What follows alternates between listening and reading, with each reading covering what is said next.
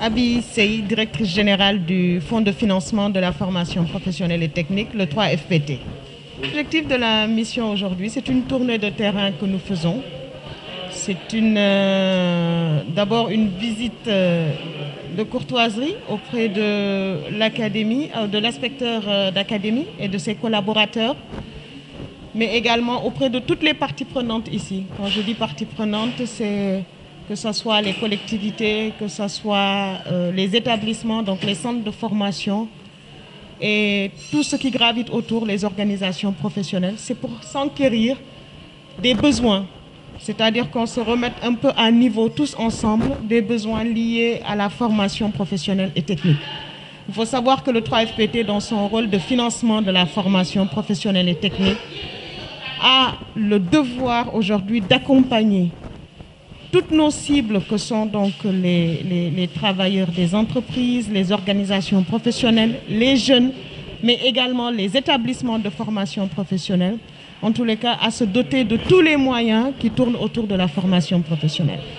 Donc vraiment, c'est aujourd'hui avec la question cruciale de l'employabilité des jeunes que nous sommes venus ici pour partager à nouveau avec les chefs d'établissement, avec l'inspection d'académie également, qui est aujourd'hui notre porte d'entrée pour impulser, que nous puissions regarder quels sont ces nouveaux métiers porteurs, quelles sont ces nouvelles filières sur lesquelles l'insertion est de mise pour qu'on puisse accompagner et jouer notre rôle pleinement de financeur de la formation professionnelle.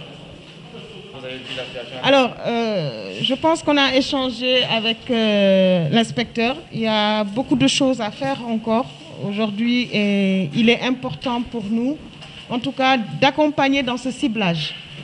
Il y a surtout de nouveaux métiers et de nouvelles filières sur lesquelles je pense qu'il y a une réflexion commune qui doit se faire. Et comme l'a si bien suggéré l'inspecteur, aujourd'hui, peut-être que c'est un CRD qui va nous permettre de travailler avec l'ensemble des parties prenantes et accompagner vers cette identification des besoins immédiats, des besoins également sur du moyen et du long terme sur lesquels le 3FPT pourra accompagner en finançant, comme je le dis, on est toujours dans notre cœur de métier et dans nos missions, c'est de financer, accompagner le développement des compétences, en tous les cas, des jeunes, pour derrière qu'il y ait une insertion professionnelle. Par rapport à ça, il faut savoir qu'on a un guichet spécifique au 3FPT qui est le guichet qui accompagne les établissements de formation professionnelle et technique. À travers ce guichet, nous accompagnons dans la réhabilitation ou la construction de structures. Pour quoi faire? Pour élargir l'offre de la formation professionnelle, mais également participer au relèvement des plateaux techniques des établissements. Donc à ce niveau, nous avons un rôle à jouer, c'est-à-dire que s'il y a une nouvelle filière qui doit s'ouvrir, ou même une filière existante, mais avec un problème de place, un problème d'occupation de l'espace, le 3FPT peut accompagner à travers des projets d'investissement à construire des salles de classe pour justement élargir cette offre de la formation professionnelle et permettre à ces jeunes aujourd'hui de pouvoir rapidement rentrer dans les dispositifs de formation professionnelle. Nous accompagnons également les établissements dans l'élaboration de leurs projets de formation-insertion. C'est-à-dire que quand un projet est identifié au niveau local, bien identifié, nous accompagnons pour rendre ce projet aujourd'hui éligible et pouvoir le mettre dans nos financements. Nous accompagnons également les établissements dans le renforcement de capacité des formateurs. C'est quelque chose de très important.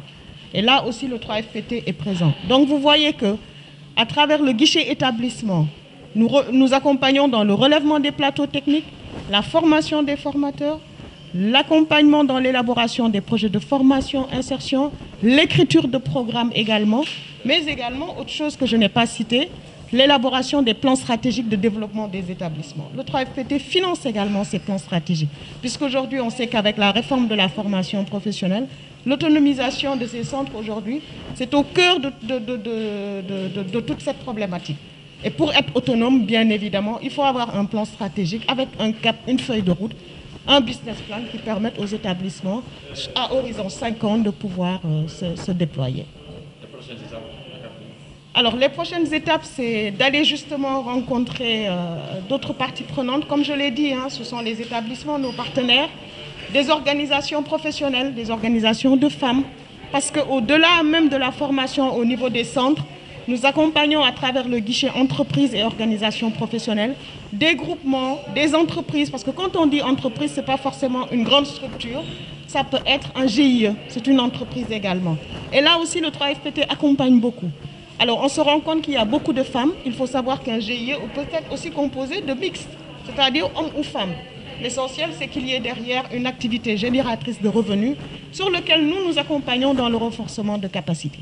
Donc vraiment, l'objet de cette visite aujourd'hui de terrain, c'est comme nous le faisons tous les ans, c'est de pouvoir partager avec nos différentes parties prenantes et cibles, recentrer aujourd'hui les réorientations, les orientations qui nous sont fixées par la tutelle technique sur aujourd'hui comment nous devons financer la formation professionnelle. Nous sommes très satisfaits, bien évidemment, de ce passage auprès de l'inspecteur avec tous ses collaborateurs. Et je pense que c'était important que nous puissions partager à nouveau aujourd'hui les orientations et également les problématiques au niveau de la région et aller aujourd'hui peut-être vers des cadres d'échange qui existent déjà, mais sur lesquels nous allons nous poser, en tout cas nous appuyer pour pouvoir répondre de manière efficace et pérenne aux besoins de formation de la région. Merci.